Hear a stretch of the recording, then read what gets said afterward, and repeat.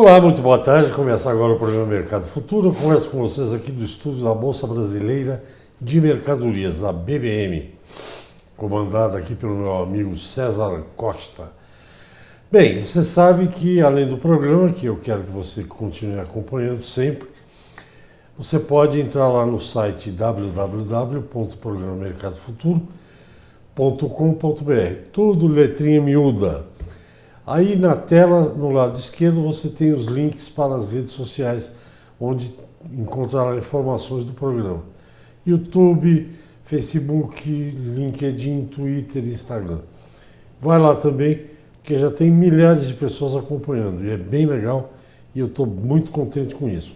Bem, vamos direto ao assunto de hoje.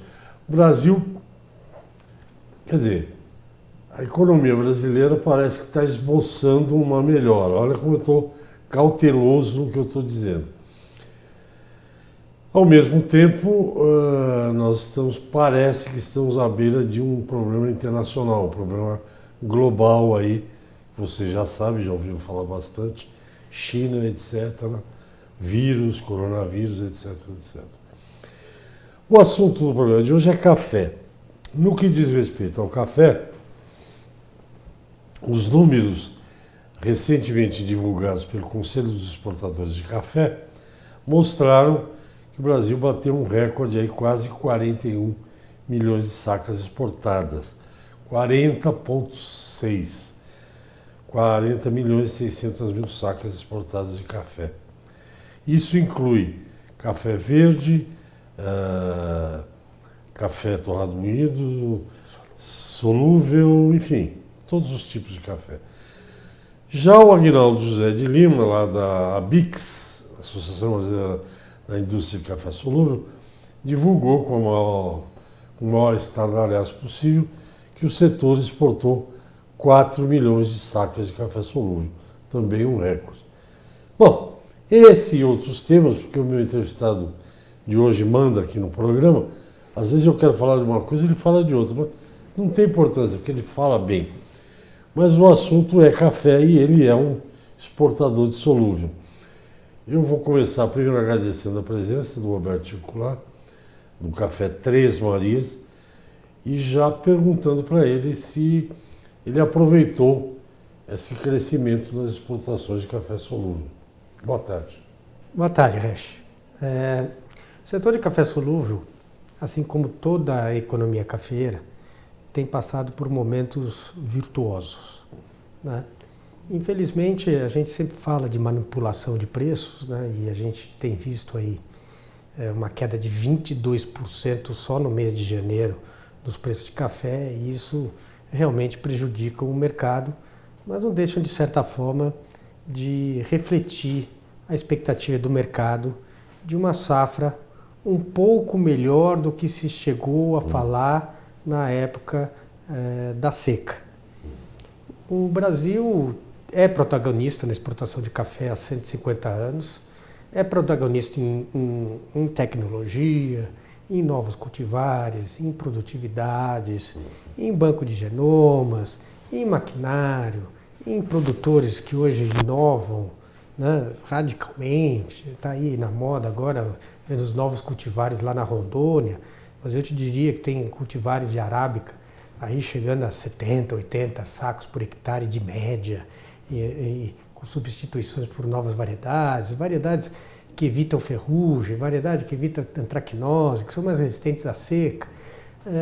Então, as produções brasileiras, além de ter maior produtividade, e esse conhecimento hoje é transferido a qualquer tamanho de produtor, eu acho que a única variedade de produção que você vê, desde o pequeno produtor ali com 10 hectares, até os produtores com 1.000 hectares, 2.000 hectares, todos podem ter acesso à tecnologia e ter boas produtividades. Isso está fazendo com que o Brasil, né, o Brasil tem, a gente tanto fala da recuperação econômica, realmente a recuperação econômica está se iniciando, muito devagar ainda, né, a gente ainda reclama das reformas, né, sem as reformas o Brasil não vai crescer. As exportações brasileiras caíram 7,5% no ano passado. Graças ao agro, ainda mantivemos superávites importantes, mas o setor de industrializados, semi-manufaturados, continua sofrendo porque nós não temos uma política fiscal, uma política tributária, uma política trabalhista compatível com qualquer outro mercado. No setor de café solúvel, nós passamos, além da importância da recuperação de alguns mercados, como, por exemplo, o mercado exterior, nas exportações para vários países, né? Vários países consumidores, produtores comprando muito café do Brasil. Hoje, o Brasil ainda não importa, mas a Colômbia importa. Um dos maiores importadores de café solúvel hoje do Brasil é a Indonésia. Quer dizer, a gente tem uma capacidade de expansão enorme. Nós temos hoje um dólar competitivo, um governo que assinala que quer um dólar competitivo, tem tentado manter o dólar num patamar compatível com a sociedade brasileira. Tem sido difícil, porque as remessas de recursos para o exterior, né, nunca foram tão grandes. Esse movimento que a gente está vendo agora, né, no começo desse ano, de melhoria da economia, ele é real, ele é pequeno. Você tem razão quando você pondera, porque ele é pequeno. O setor de solúvel, além da grande notícia de ter batido o recorde, que sem dúvida nenhuma é uma coisa espetacular para um setor que sofreu tanto com as limitações, aí, com todas as barreiras de créditos, de recuperação de crédito, de impostos, de trabalhistas, né, toda essa situação que todo empresário brasileiro vive. Mas hoje nós temos alguma melhora, né, compensação de impostos, alguma melhora em termos de câmbio, né? Sem dúvida nenhuma, a administração, e aí eu vou falar do Banco Central, né? A administração do Banco Central no controle inflacionário, de retirar esses subsídios, de fazer uma série de coisas, ajudou ao setor não só bater o recorde, como a novos investimentos terem sido anunciados. Eu acho que é muito importante, né? A gente tem aí a nossa empresa líder de exportação, entre ela e a Nestlé, a Cacique, montando uma fábrica no Espírito Santo. Temos sempre uma notícia de uma multinacional que vai entrar, mas que ainda não entrou, mas que pelo jeito vai acabar entrando. Quer dizer, basta este nosso governo finalmente colocar as reformas, né, como vão ser as reformas, que ninguém sabe ainda, em pauta, e eu acredito que vão acabar passando. Quer dizer, eu acredito que a gente vai poder viver um momento mais positivo. Tem uma empresa no Paraná também que está expandindo a sua linha de produção. Quer dizer, enfim, podemos dar um intervalinho, a gente já volta a isso? Claro. Eu converso com o CEO da Três Marias, Roberto Ticular. Aqui tem que chamar um intervalo, é assim que funciona, a vida é assim. A gente já volta já, porque a conversa está muito boa. Já estou de volta.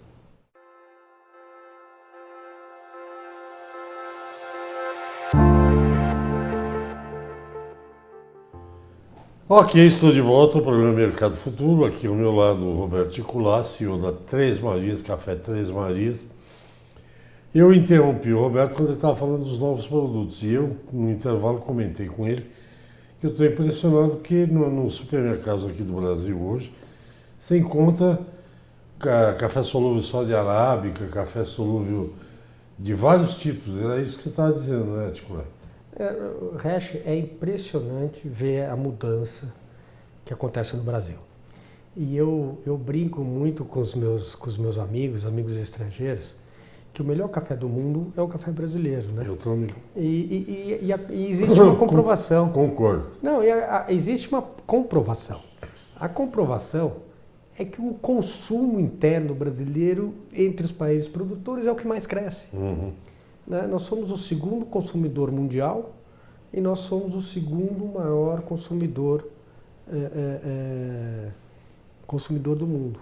Né? Nós somos o primeiro dos produtores, o segundo de todos os países, com uma população 100 milhões de habitantes menor, né, do que os Estados Unidos.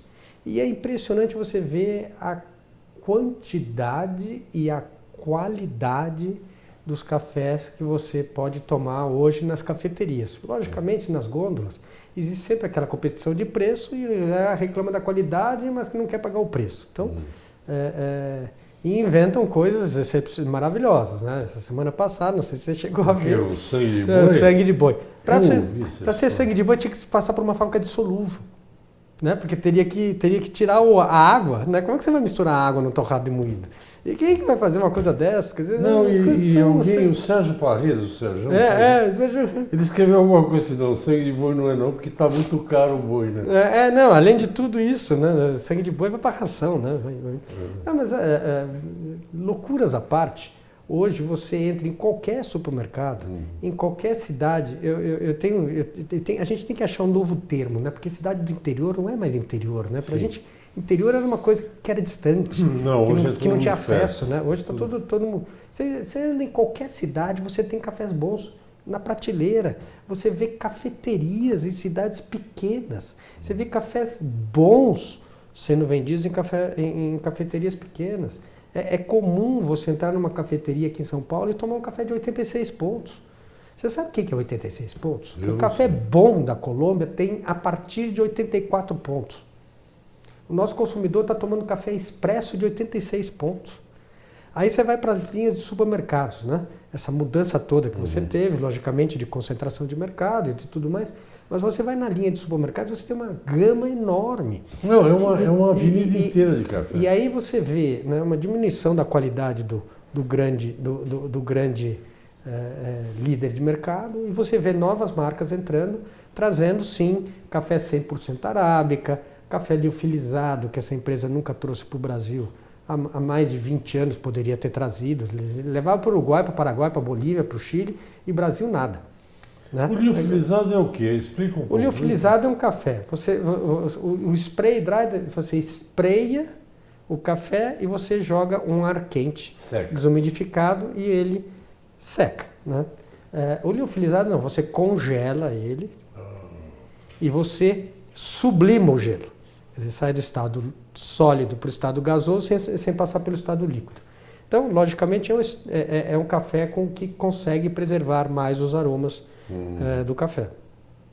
Como a quantidade que você usa é tão pequena, né, que você usa 2 gramas de café solúvel para tomar uma xícara, é quase que irrisório a diferença em qualidade.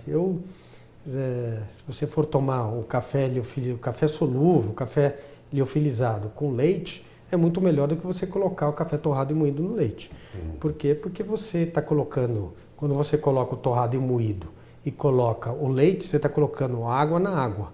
Né? O solúvel, quando é colocado no leite, no cappuccino, no que for, no seu consumo doméstico, você está recompondo o café solúvel para café, roubando a água do leite. Entendi. Por isso que ele fica muito mais cremoso. Essa diferença. E os consumidores têm notado essa diferença e têm apreciado. E o mercado interno brasileiro, hoje, de café solúvel, continua aumentando e continua...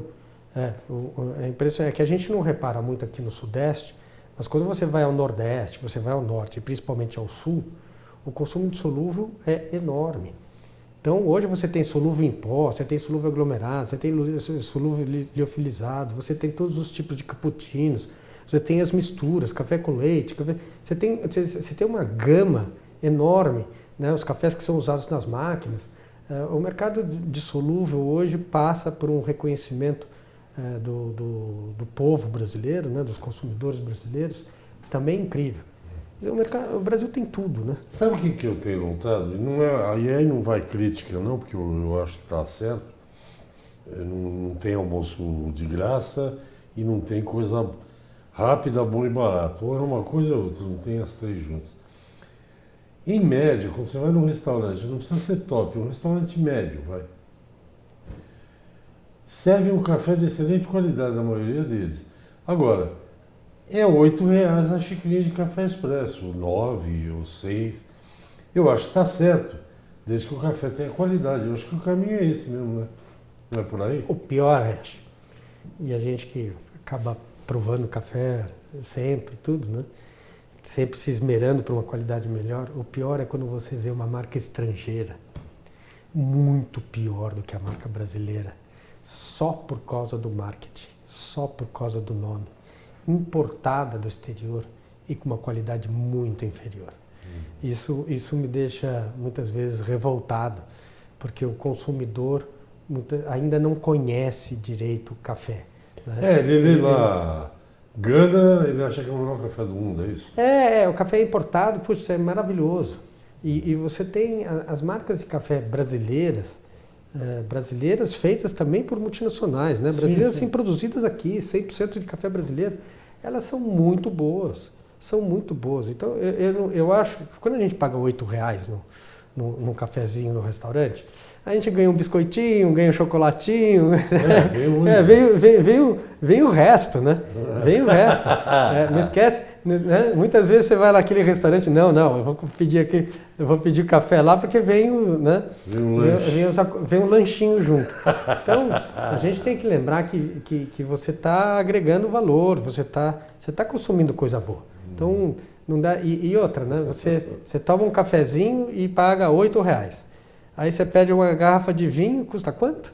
Né? É um pouco mais caro. Um pouco mais caro. Nós vamos no intervalo, eu converso com o Roberto Ticular. Esse negócio de sangue de boi em café não tem, viu? Se esquece. Eu queria saber quem criou a fake news. O criador é que... Isso é mais fake do que nota de R$2,50. Brincadeira. Nós vamos ao intervalo e volto já. Até já.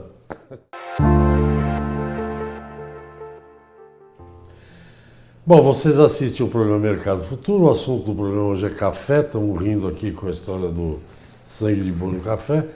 Meu entrevistado é o CEO do Café Três Marias, Roberto Ticular, falando desse mercado todo e da evolução que nós temos visto no mercado. Hoje em dia, eu acredito, eu não acredito em Papai Noel, nem em Páscoa, nada disso. Páscoa não é disso. Papai Noel. Mas eu tenho a sensação que, agora que praticamente começa o ano, depois do carnaval aí, que as reformas que você falou no começo do programa, elas irão para discussão no Congresso. Eu espero que isso se realize mesmo, porque senão o Brasil não vai crescer. Não adianta a gente ter a menor taxa, uma taxa de juros baixa, uma inflação controlada, um dólar, digamos aí, não sei o que é um dólar bom, mas enfim, se não tiver essas reformas que atravancam a indústria. Se você continua achando que vão vir as reformas, você está absolutamente cético, achando que passou a Previdência, não vem mais nada. Bom, primeiro a Previdência não resolveu o problema de ninguém, né? Assim, não resolveu um problema de futuro. Né? Esse fim de semana a gente estava vendo aí, né, 320 e tantos bi de furo ainda na Previdência. Quer dizer, a explosão da Previdência foi contida. E foi um trabalho muito bem feito, de conscientização do povo brasileiro, da necessidade.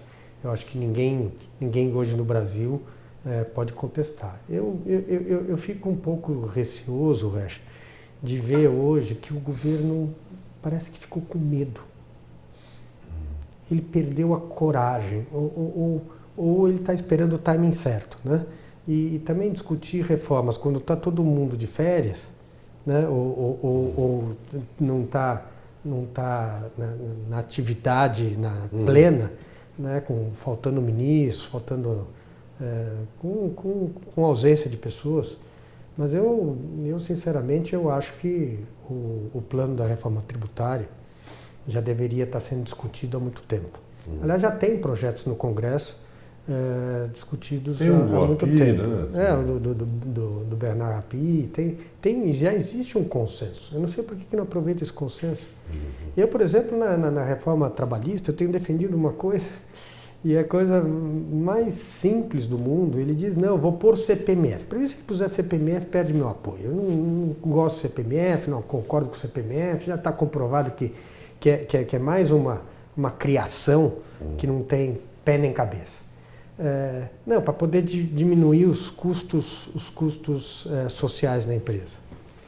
Olha, um dos piores custos na empresa que a gente tem é pagar a multa de 40% para o trabalhador que não mereceria nunca receber essa multa. Porque se ele foi demitido, foi porque ele não tinha competência.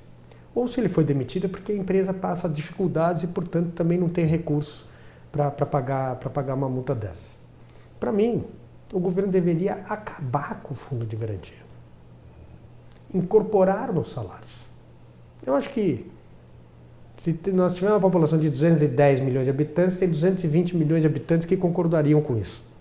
Acaba com o fundo de garantia, incorpora no salário, deixa o sistema habitacional e procurar recursos. O próprio ministro Guedes não disse que queria fechar a Caixa, queria privatizar a Caixa. Não, é só tirar o fundo de garantia. Você tirando o fundo de garantia, incorporando os salários, e ainda tirando o fundo de garantia e trazendo a isenção, portanto, para o empresário, para que ele não tenha medo de contratar. Hoje o empresário tem medo de contratar.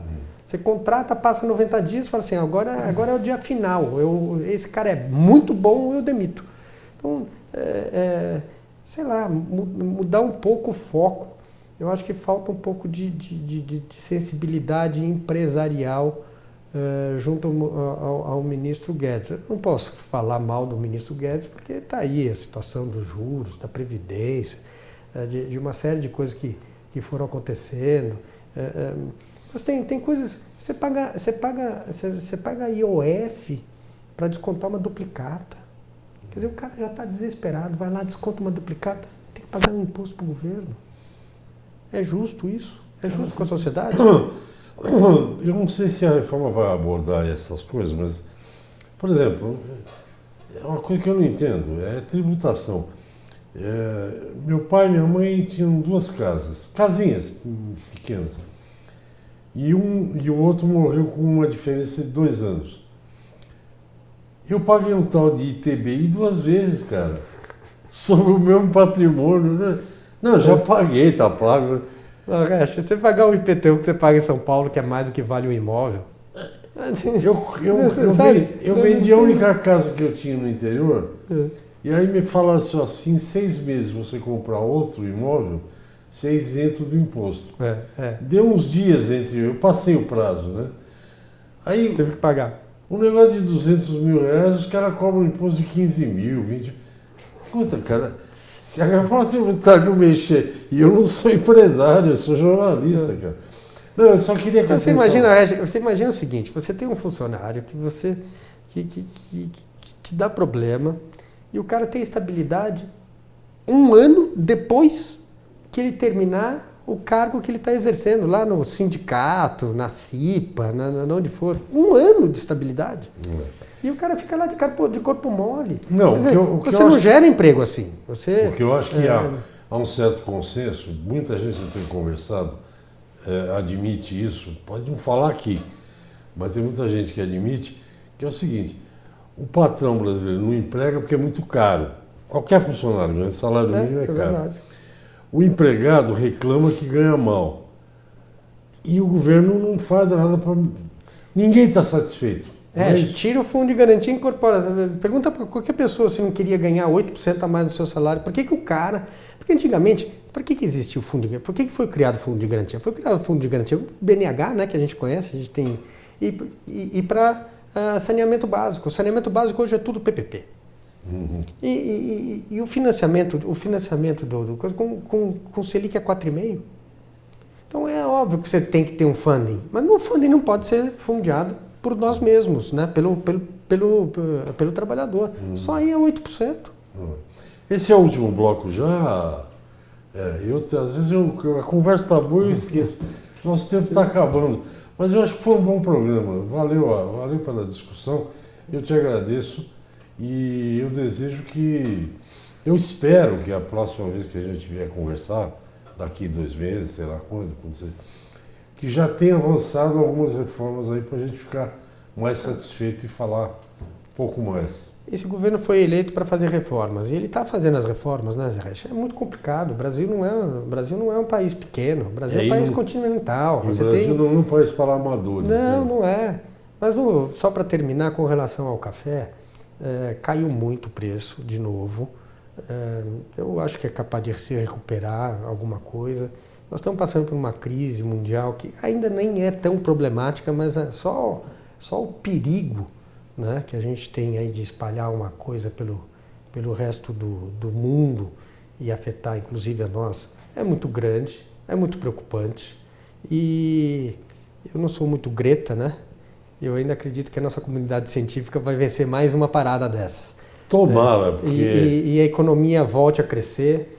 O Brasil é um país relativamente fechado, né? Quer dizer, é um país muito fechado, nós somos o 28º exportador, então nós temos condições de crescer aqui dentro, um pouco abalados se a crise se espalhar, mas eu não perco a confiança no Brasil não, porque eu acho que a gente tem muitas condições inclusive de abastecer o mundo com mais alimentos, com mais coisas. Então eu ainda acho que mesmo com esses problemas que nós estamos passando, e vamos esperar que eles, né, que a gente ache uma solução rapidamente, que o Brasil esse ano tem tudo para dar uma mudada em relação a empregos. A gente vê lá na nossa região a situação de emprego melhor, a gente vê a situação de renda melhor, os restaurantes mais cheios, e é isso que a gente quer para o povo brasileiro, né? Mais renda, mais emprego, mais crescimento, e que nosso povo tenha mais educação, né? Que as coisas voltem a trilhar um caminho correto, e acho que é isso que o nosso setor de café faz. Vamos torcer. E esperar que as previsões estejam corretas aí, que o país tenha um aumento do PIB de algo entre 2,5% e 3%. Mais uma vez, obrigado. Gente, amanhã tem mais. Obrigado pela atenção. Até lá.